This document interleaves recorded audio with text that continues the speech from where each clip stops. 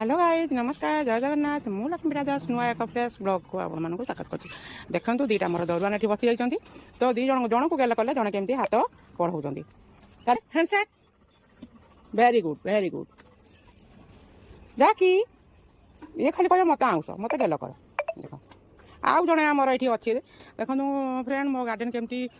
खरार एमती हो जाए मुझे पानी दबाक जाऊँ देखो मिटू ये बसी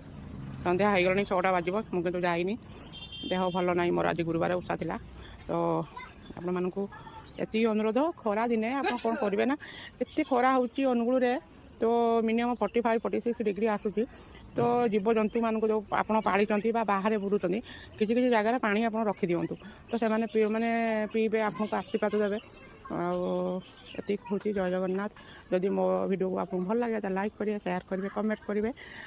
आ सब्सक्राइब करने तो भूलिए ना जमा जय जगन्नाथ।